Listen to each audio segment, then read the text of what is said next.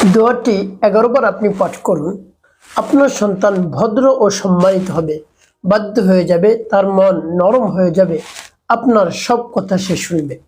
আপনার কাছে এসে বলবে, আম্মু বা বাবা, আমি স্কুলে যাচ্ছি, কলেজে যাচ্ছি, মাদ্রাসায় যাচ্ছি, নামাজ পড়তে যাচ্ছি, কোরআন তেলাওয়াত করতে যাচ্ছি। সব কথা আপনাকে বলবে, একেবারে নরম সুরে, ভদ্র ভাবে আপনার কাছে এসে কথা বলবে। প্রিয় ভাই বোনেরা, আপনার শুধু একটি বা দুটি সন্তান, তা নিয়ে আপনি অনেক চিন্তিত হয়ে পড়েছেন। যদি অবাধ্য হয় তাহলে কি করবেন? আপনার চিন্তার আর কোনো শেষ থাকে না। আপনার মনে অনেক আশা ভরসা রয়েছে সন্তানকে নিয়ে। সন্তানকে অনেক উচ্চ ডিগ্রি আপনি অর্জন করাবেন, ডাক্তার, ইঞ্জিনিয়ার, পাইলট বানাবেন, আপনি জজ ব্যারিস্টার বানাবেন, হাফিজ কোরআন, মৌলানা বানাবেন, ইমাম সাহেব বানাবেন আপনার সন্তানকে। সেই আশা আপনার অন্তরের মধ্যে।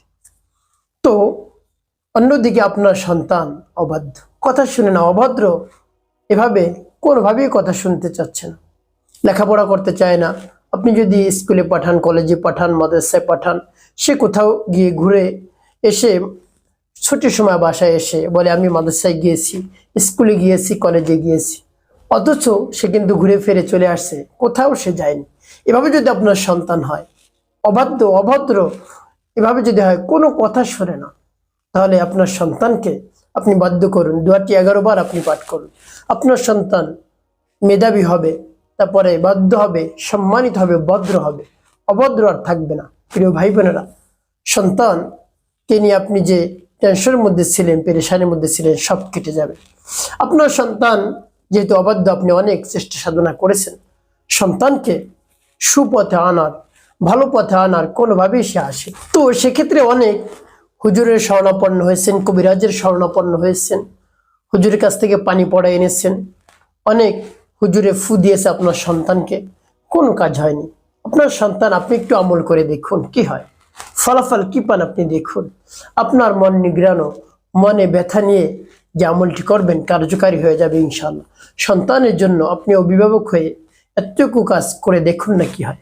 সন্তান সম্মানিত হবে, ভদ্র হবে এবং বাধ্য হয়ে যাবে, স্কুল মাদ্রাসায় ঠিক মতো নিয়মিত সে যাইবে, কোনো সমস্যা করবে না ইনশাআল্লাহ। প্রিয় ভাই বোনেরা, আমলটা আপনি কেমন করে করবেন, কিভাবে করবেন, আমি আপনাদেরকে বলে দিচ্ছি। ভাই বোনেরা, আপনাদের সকলের কাছে একটি অনুরোধ থাকবে, যখন আপনি আমলটি করবেন ভিডিওটি দেখবেন, ভিডিওটি না টেনে না কেটে দেখার চেষ্টা করবেন, তাহলে সঠিক নিয়মে আপনি আমলটি করতে পারবেন। আর যদি কেটে কেটে টেনে টেনে দেখেন, তাহলে অনেক জায়গায় বাদ পড়ে যেতে পারে, আপনি সঠিক নিয়মে আমলটি করতে পারবেন না। তাই অনুরোধ থাকবে, না টেনে না কেটে দেখুন। প্রিয় ভাই বোনেরা, আমলটি করার ক্ষেত্রে আপনাকে সর্বপ্রথম যে কাজটি করতে হবে সেটি হলো উত্তম রূপে পবিত্রতা অর্জন করতে হবে, অর্থাৎ অজু করতে হবে। অজু করে এসে পবিত্র স্থানে আপনি বসবেন। আপনি পবিত্র স্থানে বসবেন, কেবলামুখী হয়ে বসবেন, কেবলাকে সামনে দিয়ে বসবেন। তারপরে আপনার চোখ দুটো বন্ধ করবেন। তারপর আপনি যে আমলের জন্য এখানে বসছেন সেই আমলের কথা চিন্তা করবেন। কোন উদ্দেশ্যের জন্য আপনি এখানে বসছেন আমল করতে? যে আপনার সন্তান অবাধ্য, মনে মনে রব্বি কারিমের কাছে বলবেন, আর দুনিয়াবি যত চিন্তাধারা রয়েছে সব কিছু আপনি দূর করে দিবেন, একেবারে পরিপূর্ণ মনোযোগ নিয়ে আসবেন আপনি আমলের দিকে। তারপরে সর্বপ্রথম কি পাঠ করবেন? আপনার জীবনের সমস্ত গুনার কথা স্মরণ করে ক্ষমা প্রার্থনা করবেন। আস্তাগফিরুল্লাহ রাব্বি মিন কুল্লি যামবি ওয়া আতুবু ইলাইহি লা হাওলা ওয়ালা কুওয়াতা ইল্লা বিল্লাহিল আলিয়্যিল আযীম। এভাবে যখন ইস্তিগফার পাঠ করা হয়ে যাবে, তারপরে নবীজি সাল্লাল্লাহু আলাইহি ওয়াসাল্লামের মুহাব্বত নিয়ে, ভালোবাসা নিয়ে 3 বার দুরূদ শরীফ পাঠ করবেন, সাল্লাল্লাহু আলাইহি ওয়াসাল্লাম, সাল্লাল্লাহু আলাইহি ওয়াসাল্লাম, সাল্লাল্লাহু আলাইহি ওয়াসাল্লাম। এভাবে যখন ইস্তিগফার এবং দুরূদ শরীফ পাঠ করা হয়ে যাবে, তারপরে সেই দোয়াটি পাঠ করবেন। সেই দোয়াটি আপনি 11 বার পাঠ করবেন। সেই দোয়াটি পাঠ করার পূর্বে রব্বি কারিমের কাছে বলবেন, হে আল্লাহ, আমার সন্তান অবাধ্য, তাকে বাধ্য করার জন্য আমি এই আমলটি করতেছি, আমার আমলকে কবুল করুন, সময়কে কবুল করুন। আপনার শরণাপন্ন হয়েছি, আমার মনের ব্যথা বেদনা নিয়ে আপনার শরণাপন্ন হয়েছে, আপনার কাছে হাজির হয়েছি। আমার সন্তানকে বাধ্য করে দিন, তাকে নিয়ে অনেক আশা ভরসা রয়েছে, মনের আশা রয়েছে, আকাঙ্ক্ষা রয়েছে, উচ্চ ডিগ্রি অর্জন করবে আমার সন্তান। হাফেজে কোরআন হবে, মাওলানা হবে, ডাক্তার, ইঞ্জিনিয়ার, যে বিষয় আপনি তাকে বানাবেন, ডিগ্রি অর্জন করাতে চান, সেই বিষয়ের কথা রব্বি কারিমের কাছে মনে মনে বলবেন। তারপরে আপনি সেই দোয়াটি পাঠ করবেন। সেই দোয়াটি পাঠ করে কি করবেন আমি বলে দিচ্ছি। আগে সেই দোয়াটি আপনাদেরকে বলে দিই সহিশুদ্ধ করে। আপনারা একেবারে সহিশুদ্ধ করে সেই দোয়াটি মুখস্থ করে নেবেন আমার সাথে শুনে শুনে। যেমন বিসমিল্লাহির রহমানির রহিম, আল্লাহুম্মা ফাক্কিহহু ফিদ্দীন ওয়া আল্লিমহু التأويل، اللهم فقهه في الدين وعلمه التأويل، اللهم فقهه في الدين وعلمه التأويل। যখন পাঠ করা যাবে তারপর আপনি আবার পাঠ করবেন বিসমিল্লাহির রহমানির রহিম,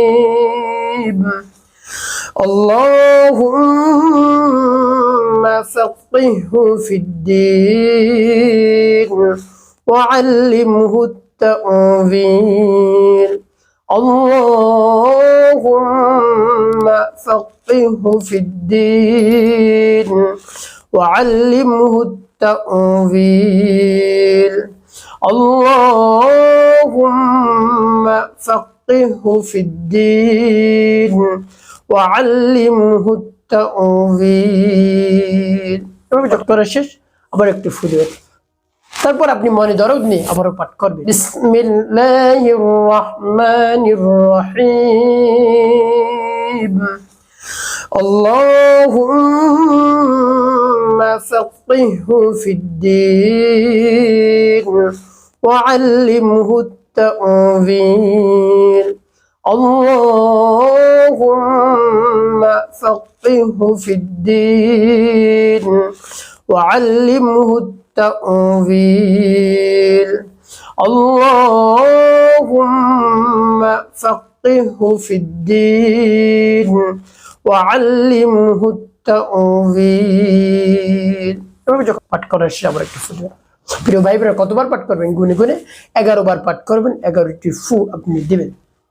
প্রিয় ভাই বোনেরা, তারপর কি করবেন? 3 বার পাঠ করবেন ইয়া যাল জালালি ওয়াল ইকরাম, ইয়া যাল জালালি ওয়াল ইকরাম, ইয়া যাল জালালি ওয়াল ইকরাম। এবার যখন পাঠ করা হবে তারপর একটু ফুজে। সর্বশেষ নবী সাল্লাল্লাহু আলাইহি ওয়াসাল্লাম মুহাব্বত নিয়ে 7 বার দুরূদ ইব্রাহিম পাঠ করবেন। আল্লাহুম্মা সাল্লি আলা মুহাম্মাদ ওয়া আলা আলি মুহাম্মাদ কামা সাল্লাইতা আলা ইব্রাহিম ওয়া আলা আলি ইব্রাহিম ইন্নাকা হামিদুম মাজিদ। আল্লাহুম্মা বারিক আলা মুহাম্মাদ ওয়া আলা আলি মুহাম্মাদ কামা বারাকতা على إبراهيم وعلى آل إبراهيم إنك حميد مجيد. اللهم صل على محمد وعلى آل محمد كما صليت على إبراهيم وعلى آل إبراهيم إنك حميد مجيد. اللهم بارك على محمد وعلى آل محمد كما باركت على إبراهيم وعلى آل إبراهيم إنك حميد مجيد. اللهم صل على محمد وعلى آل محمد كما صليت على إبراهيم وعلى آل إبراهيم إنك حميد مجيد. اللهم بارك على محمد وعلى آل محمد كما باركت على إبراهيم وعلى آل إبراهيم إنك حميد مجيد. اللهم صل على محمد وعلى آل محمد كما صليت على إبراهيم وعلى آل إبراهيم إنك حميد مجيد. اللهم بارك على محمد وعلى آل محمد كما باركت على إبراهيم وعلى آل إبراهيم إنك حميد مجيد. اللهم صل على محمد وعلى آل محمد كما صليت على إبراهيم وعلى آل إبراهيم إنك حميد مجيد. اللهم بارك على محمد وعلى آل محمد كما باركت على إبراهيم وعلى آل إبراهيم إنك حميد مجيد. اللهم صل على محمد وعلى آل محمد كما صليت على إبراهيم وعلى آل إبراهيم إنك حميد مجيد.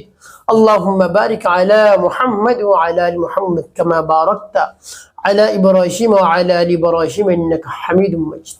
اللهم صل على محمد وعلى آل محمد كما صليت على إبراهيم وعلى آل إبراهيم إنك حميد مجيد اللهم بارك على محمد وعلى آل محمد كما باركت على إبراهيم وعلى آل إبراهيم إنك حميد مجيد এবং যখন দুরূদ ইব্রাহিম 7 বার পাঠ করা হয়ে যাবে দুটি ফুলবে প্রিয় ভাই বোনেরা আপনার আমলটি করা হয়ে গেল আপনি যে মনে ব্যথা বেদনা নিয়ে আমলটি করেছেন ওই স্থানে বসেই রব্বি কারীমের দরবারে হাত উত্তোলন করবেন হে আল্লাহ আমি আমলটি করেছি আমার আমলকে কবুল করুন সময়কে কবুল করুন আমার সন্তান অবাধ্য এই জন্য আমলটি করেছি আল্লাহ আপনার শরণাপন্ন হয়েছি আপনি হলেন আমাদের রিজিক দাতা হায়াত দাতা জীবন দাতা সব কিছু আপনার হাতের মুঠায় আল্লাহ আপনি আমার সন্তানকে বাধ্য করে দিন মেধা শক্তি বৃদ্ধি করে দিন সম্মানিত বানিয়ে দিন ভদ্র বানিয়ে দিন আল্লাহ আমার সন্তান যেন স্কুলে যায় মাদ্রাসায় যায় কোরআন পড়তে যায় নামাজ পড়তে যায় এভাবে তার মন যেন নরম হয়ে যায় গলে যায় এভাবে আপনি মনে দরদ নিয়ে আপনি অভিভাবক আপনি মাতা আপনি পিতা